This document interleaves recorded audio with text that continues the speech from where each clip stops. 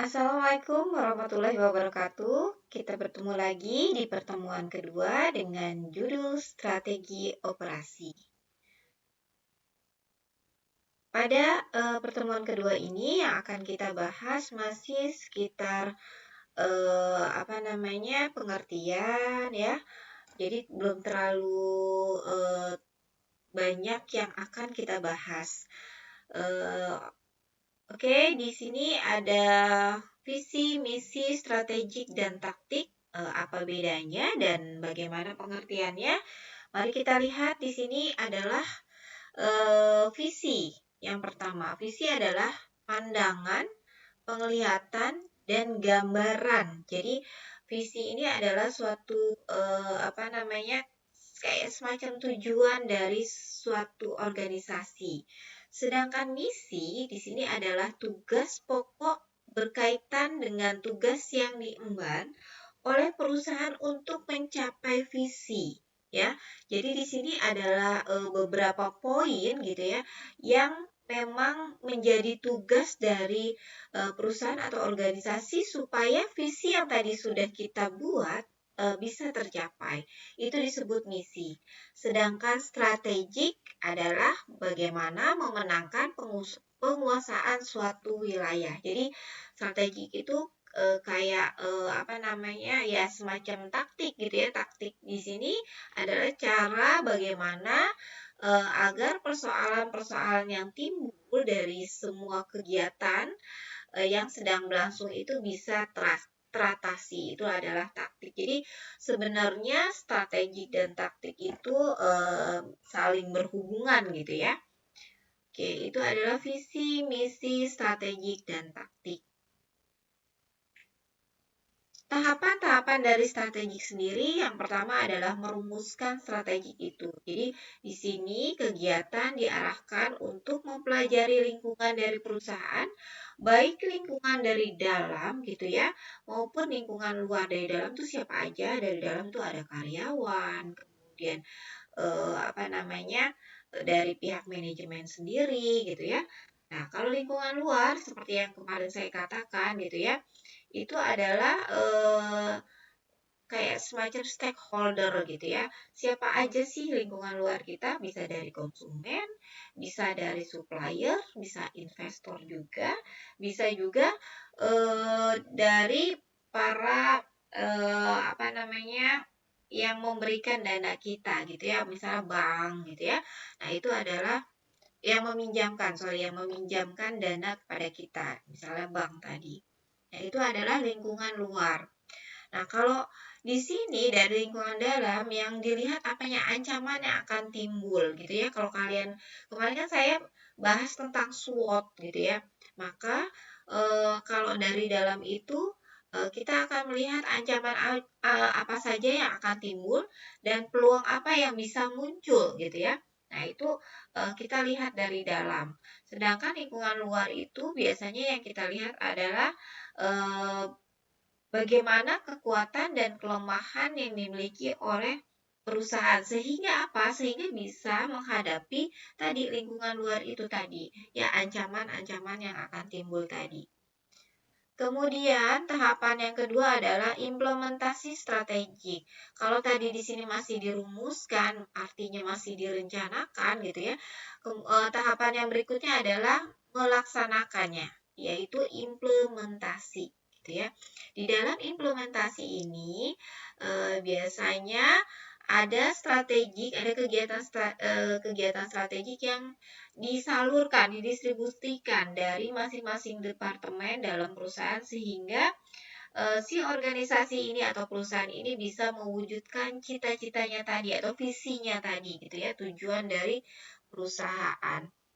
Nah, di tahapan yang ketiga yaitu penilaian. Biasanya penilaian itu adanya di akhir atau yang biasa kita sebut dengan evaluasi. Nah, penilaian strategik ini untuk melihat dan membandingkan apakah pencapaian yang diperoleh tadi sesuai dengan tadi perumusan strategik tadi. Nah, makanya biasanya penilaian ini akan menilai apakah yang tadi sudah dirumuskan gitu ya, strategi yang sudah dirumuskan tadi efektif nggak gitu ya. Nah, itu biasanya di tahapan akhir yaitu penilaian atau evaluasi dari strategi tadi. Ini bagannya ya, penjelasan dari sini tadi. Kemudian manfaat strategik yang timbul bagi perusahaan, kalau dari lingkungan luar sendiri itu ada perubahan konsumen atau pasar gitu ya. Jadi manfaat strategik bagi perusahaan itu kalau dari lingkungan luar itu adalah yang pertama biasanya perubahan konsumen atau pasar, kemudian perubahan politik. Nah ini maksudnya gini loh. Dengan adanya strategi dari si perusahaan, kita bisa menghadapi semua perubahan, baik dari luar maupun dari dalam. Nah, kalau yang dari luar biasanya apa? Perubahan-perubahan apa aja sih? Nah, ini biasanya tadi konsumen atau pasar kita. Kalau dikatakan pasar ya biasanya konsumen. Makanya kan kita suka bilang, oh itu bukan pasar kita, maksudnya itu bukan apa namanya konsumen kita. Ya, jadi bukan pasar yang artinya kayak tempat bertemunya penjual dan pembeli, bukan seperti itu ya. Tapi di sini lebih kepada target pasar yaitu konsumen. Kemudian perubahan politik ini sering banget eh, terjadi sehingga apa? Sehingga kita perlu eh, strategik atau strategi bagi perusahaan gitu ya. Kalau ada perubahan politik gitu ya, bagaimana nih strategi apa yang bisa kita pakai? Nah, itu manfaat dari strategi bagi perusahaan. Kemudian perubahan demografi. Demografi itu misalnya terjadinya lonjakan misalnya kelahiran, kematian, ataupun misalnya yang kayak waktu pandemi kemarin kan yang tadinya apa namanya mungkin dia orang berada menjadi statusnya menjadi berubah gitu ya, yang tadi status sosial yang menengah ke atas kemudian menjadi apa ke bawah gitu ya.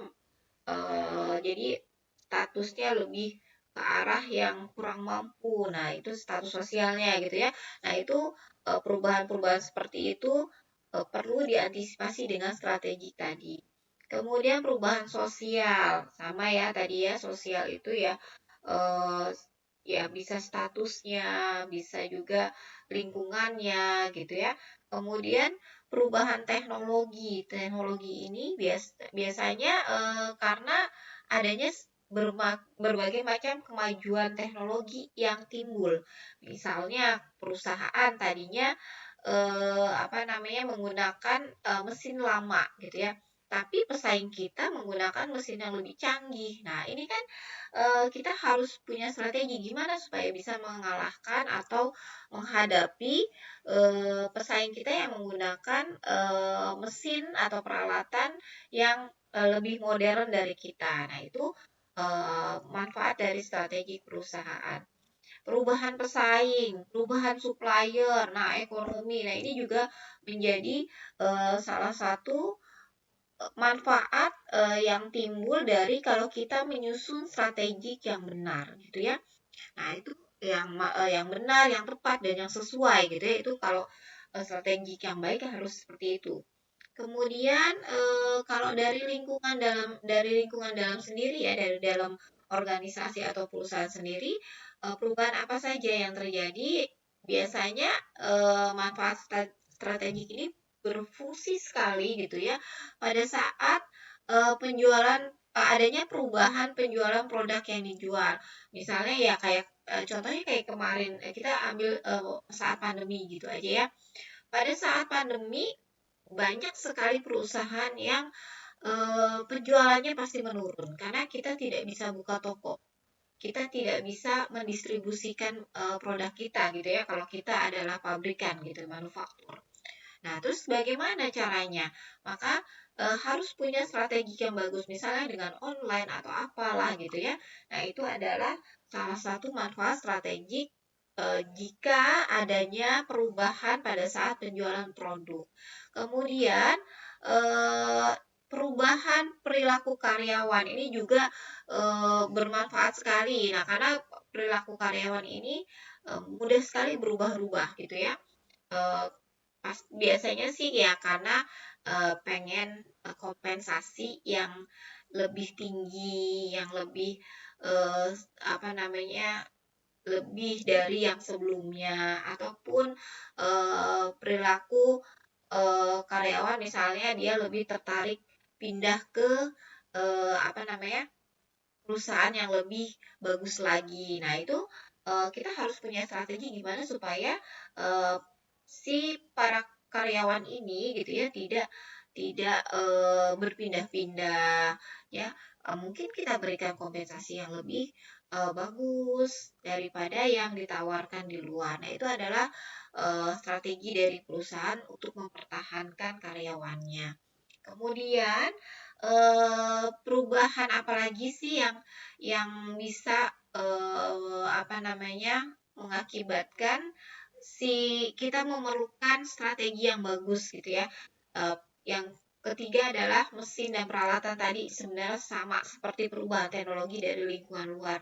Ya, perubahan mesin dan peralatan juga berpengaruh sekali. Jadi kalau misalnya sudah ada teknologi yang lebih canggih, tapi kita masih menggunakan mesin yang lama atau teknologi yang lama, tentu itu akan membuat kita tidak bisa bersaing dengan para pesaing kita. Nah, itu kita butuh strategi. Kemudian perubahan manajemen, perubahan pemilik. Nah, ini sekali ya, apa namanya? Krusial sekali, perlu strategi sekali kalau pemilik perusahaan itu berubah atau ada pergantian kepemilikan gitu ya. Kemudian yang terakhir adalah perubahan organisasi. Itu adalah apa namanya? Perlunya gitu ya, manfaat dari strategi bagi perusahaan. Ternyata strategi bagi perusahaan itu eh, diperlukan sekali karena banyak sekali yang diperlukan kalau perubahan-perubahan ini muncul gitu ya. Kemudian eh, manfaat strategi bagi perusahaan itu terlihat dengan adanya rencana yang rapi, produk yang dibutuhkan dapat menghadapi peluang atau ancaman. Seperti misalnya, jadi kalau misalnya kita tadi ternyata pesaing kita punya teknologi yang lebih canggih, mesin yang lebih canggih, kita perlu strategi yang seperti apa? Karena kita mungkin belum mampu untuk membeli teknologi yang sama seperti yang dimiliki oleh pesaing kita. Oke, kita rubah bentuk produknya, atau kita rubah kemasan produk kita sehingga lebih menarik. Kita rubah jumlah produk kita. Mungkin oke, kalau kita jual atau kita produksi dalam jumlah besar tapi nggak laku, mendingan kita jual sedikit-sedikit. Nah, itu kan ada strateginya gitu ya. Kemudian kita rubah kualitas kita. Berarti kalau rubah kualitas, kemungkinan si perusahaan juga akan membeli mesin atau teknologi yang sama seperti yang pesaing gunakan. Dan merubah pelayanan. Ini yang juga penting sekali gitu ya. Karena pelayanan itu semua orang butuh dilayani dengan baik gitu ya. Orang lebih senang kalau karyawan perusahaannya gitu ya atau perusahaan yang kita misalnya datang ke supermarket, pelayanannya baik, karyawannya ramah tamah gitu ya. Nah, itu pasti konsumen akan lebih senang yang seperti itu dibandingkan dengan kalau kita masuk ke dalam supermarket tadi tapi kita dijutekin gitu ya. Nah, itu lebih kurang menyenangkan bagi konsumen. Maka tadi strategi bagi perusahaan untuk menghadapi ancaman ataupun peluang dari pesaing kita yaitu caranya yaitu bisa mengubah bentuk dari produk, kemasannya, jumlahnya, kualitas ataupun pelayanannya. Di sini ada 3 cara untuk meningkatkan daya saing perusahaan. Pertama, kita buat perbedaan atau diferensiasi. Gimana sih? Ya, kita buat perbedaan itu. Ya, caranya tadi ya, Berarti kalau misalnya pesaing kita apa namanya, misalnya nih dia pakai mesin yang lebih canggih, kita nggak perlu pakai mesin yang canggih nggak apa-apa, tapi kita bisa membuat kemasan kita lebih menarik gitu ya, atau kita berikan apa namanya di kemasan itu gift-gift gitu ya, bonus-bonus dari produk tersebut gitu ya, kita selipkan produk bonus atau hadiah. Nah, itu yang menjadikan produk kita berbeda dengan pesaing gitu ya. Itu namanya diferensiasi. Kemudian biaya gitu ya. Biaya, walaupun kita misalnya tidak bisa memiliki mesin yang canggih atau teknologi yang canggih, tapi kita bisa menekan biaya gitu ya, sehingga harga dari produk kita menjadi lebih murah gitu ya. Makanya kita bisa menjadi cost leadership. Nah, kemudian kecepatan tanggap. Nah, di sini apa sih? Tadi pelayanan gitu ya. Jadi kalau kita eh, memiliki karyawan yang cepat tanggap, jadi kalau misalnya ada komplain ataupun dibutuhkan gitu ya, dibutuhkan informasinya, kita bisa segera memberikan informasi tersebut kepada konsumen. Ini menjadikan apa? Menjadikan kita lebih bisa bersaing. Walaupun tadi nggak bisa bersaing di bidang yang lainnya, contohnya teknologi atau mesinnya gitu ya, tapi kita bisa lebih bersaing di yang lainnya gitu ya. Itu adalah cara-cara untuk meningkatkan daya saing perusahaan. Nah, ini tadi diferensiasi. Oke, ini sudah saya jelaskan. Silakan kalian baca sendiri ya, diferensiasi itu apa, kemudian low cost seperti apa, kecepatan tanggap itu seperti apa. Kalian silakan dibaca kembali. Di sini ada strategi dalam operasi. Nah, strategi dalam operasi itu seperti yang kemarin saya telah bicarakan dengan kalian, telah sampaikan kepada kalian gitu ya. Eh, Operasi itu kan luas. Kalau produksi itu lebih sempit. Nah, di sini karena luasnya ini, maka kita perlu strategi, gitu ya. Contohnya di sini, kita perlu strategi pada saat merancang suatu produk. Kemudian merancang kualitas dari produknya mau yang seperti apa. Kemudian gimana gitu ya, gimana mengolahnya. Terus kemudian kita juga perlu strategi supaya bisa menentukan lokasi yang tepat, lokasi yang strategis untuk kegiatan operasional kita, gitu ya. Rancangan tata letak kita, layout kita. Kemarin sudah saya katakan ya di sini bahwa layout itu penting gitu ya, maka perlu strategi. Penempatan tenaga kerja ya, siapa-siapa saja yang cocok untuk di bidang ini, di jabatan ini. Nah, itu juga perlu strategi. Manajemen rantai supply ya, kemarin yang sudah saya jelaskan juga supply chain. Kemudian ada manajemen persediaan atau inventory gitu ya, persediaan stok. Nah, itu perlu di manajemen. Kita perlu berapa stok yang harus kita siapkan, berapa kemudian perlu disimpannya di mana, itu adalah manajemen stok atau persediaan inventory. Itu ya. Terus yang selanjutnya adalah penyusunan jadwal ya. Untuk melakukan kegiatan-kegiatan operasional itu perlu disusun jadwalnya.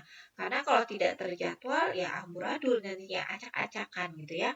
Dan terakhir adalah bagaimana supaya kegiatan pemeliharaan ini gitu ya, maintenance bisa berjalan dengan lancar atau sesuai dengan yang kita harapkan gitu ya. Nah, ini adalah memerlukan strategi juga. Kapan biasanya? Kayak misalnya mesin, kapan bisa waktunya bisa berhenti dulu sebentar untuk di pemeliharaan gitu ya, supaya tidak mengganggu produksi gitu ya. Mesin mana dulu yang perlu dipelihara, atau mesin mana dulu yang perlu maintenance-nya gitu ya. Nah, ini adalah suatu strategi gitu ya yang cocok eh, dari perusahaan supaya apa? Supaya kegiatan dari kegiatan dari pemeliharaan tidak mengganggu kegiatan produksi gitu ya. Itu hal-hal yang dari poin 1 sampai 10 ini perlu sekali strategi yang matang dari perusahaan. Oke, nah ini yang kemarin saya katakan ya, efektif, efisien gitu ya, itu perlu sekali kalian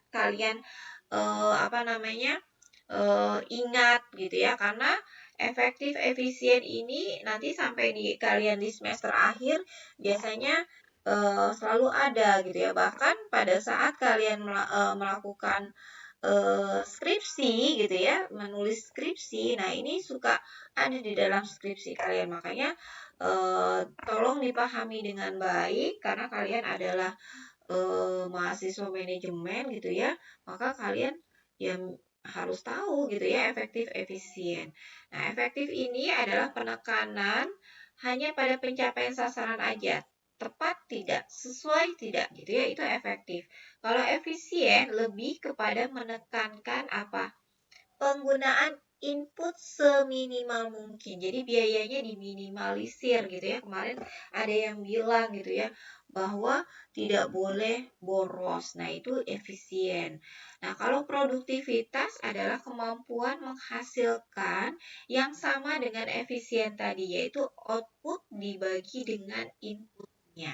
Itu itu dinamakan dengan produktivitas gitu ya. Di sini ada cara-cara mengukur produktivitas. Yang pertama, bisa dengan menaikkan output, tapi inputnya tetap. Yang kedua, menurunkan input dengan output yang tetap.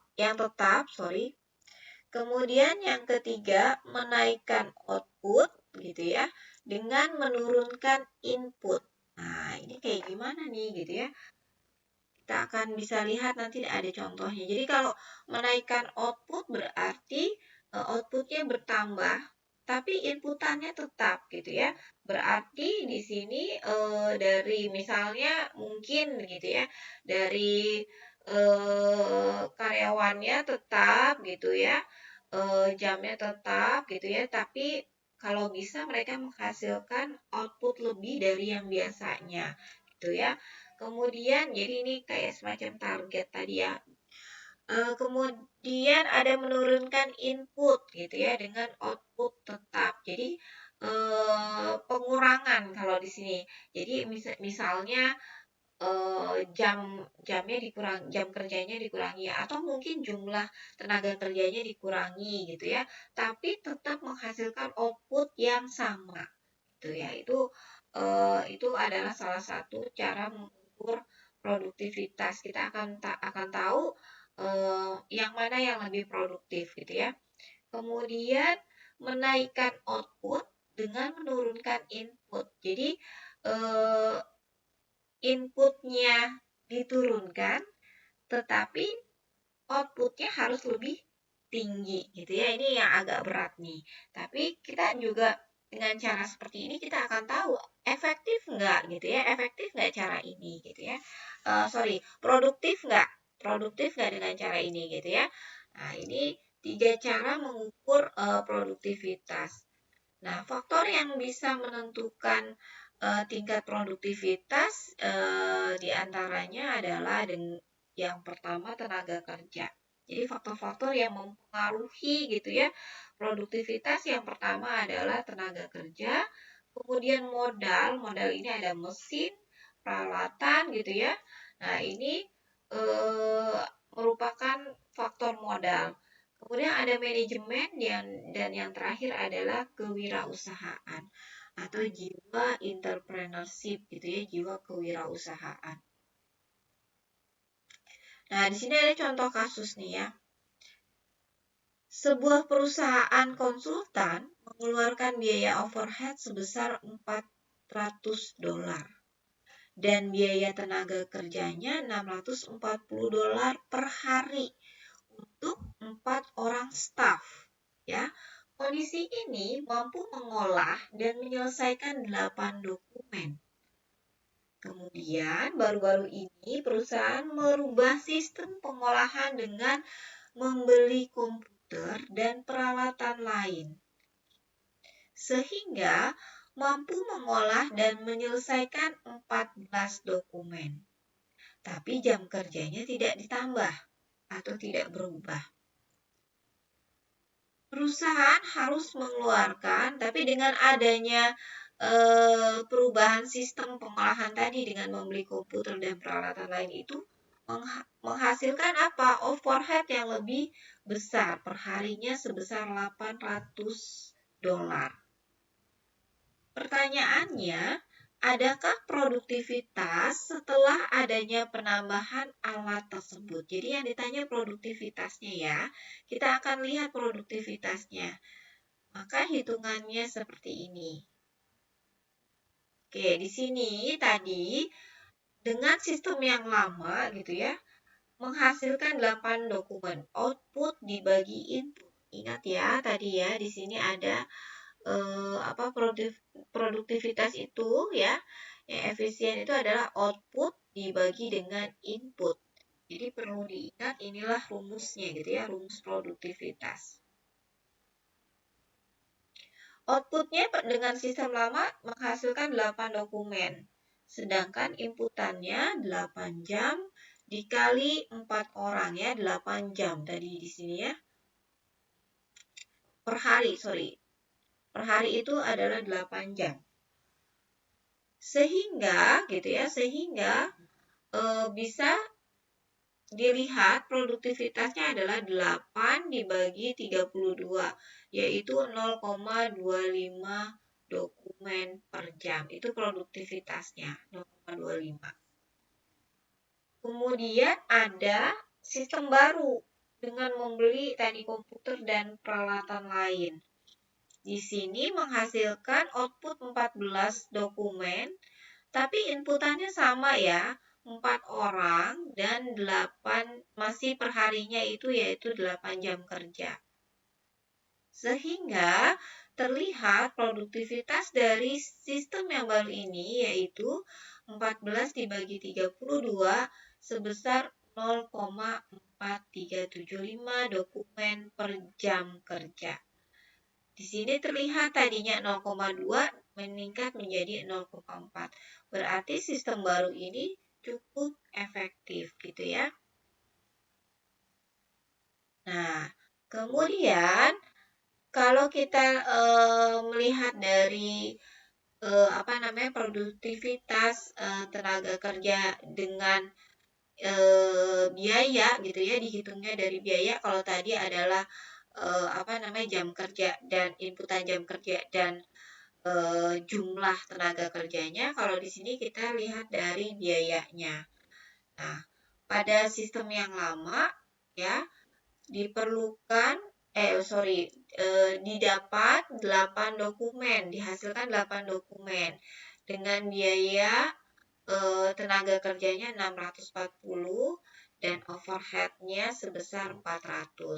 Maka bisa kita lihat produktivitas kalau inputannya dengan biaya gitu ya, maka 8 dibagi 1040 menjadi 0,0077 dokumen per dolar.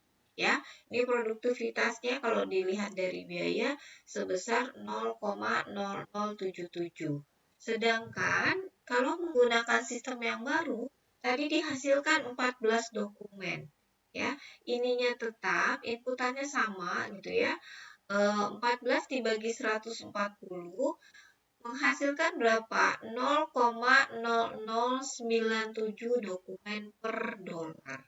Gitu ya. Kalau ditanya, Bu, kan tadi di sini dokumennya overhead-nya jadi 800. Kenapa tidak dirubah menjadi 800? Karena kita pengen lihat gitu ya, produktivitas dengan inputan yang sama. Jadi bukan nanti kalau untuk menghitung overhead yang meningkat ini ada hitungannya sendiri gitu ya, di keuangan hitungannya sendiri. Nah, ini di sini kita akan lihat bahwa ternyata kalau ditambah mesin baru, sorry, bukan ditambah membeli komputer yang baru, ditambah komputer dan peralatan yang lain, ternyata terjadi peningkatan produktivitas dari yang 0,0077 menjadi 0,0097 gitu ya. Jadi ternyata penambahan atau dilakukannya pembelian komputer yang baru dengan peralatan yang lain menambah produktivitas dari tenaga kerja perusahaan ini gitu ya. Nah, ini sektor-sektor gitu ya yang bisa kita lihat di dalam suatu industri. Yang pertama, sektor primer atau ekstraktif. Biasanya dari sektor primer ini kegiatannya penciptaan dari agrikultur gitu ya. Misalnya pertanian gitu, ternakan, kemudian pertambangan, kehutanan dan perikanan itu dari sektor primer atau ekstraktif. Sektor yang kedua itu ada manufacturing, yaitu bagaimana suatu organisasi atau kegiatan dari penciptaan barang pada bidang manufaktur gitu ya, pabrikan. Nah, di sini eh, dari sektor manufacturing. Yang ketiga adalah sektor tertier, yaitu bagaimana atau kegiatan dari perusahaan dalam menciptakan jasa yang dikelompokkan ke dalam industri jasa. Misal bisa ya industri jasa macam-macam ya. Ada misalnya salon, kemudian industri yang lagi misalnya kayak apa ya, kalau jasa tuh sekarang pembersih ini, pembersih itu gitu ya. Jadi kita bisa kayak misalnya Gojek gitu ya, itu kan jasa. Pendidikan gitu juga jasa. Kemudian ada perdagangan dan juga distribusi. Ini adalah sektor tertier. Oke,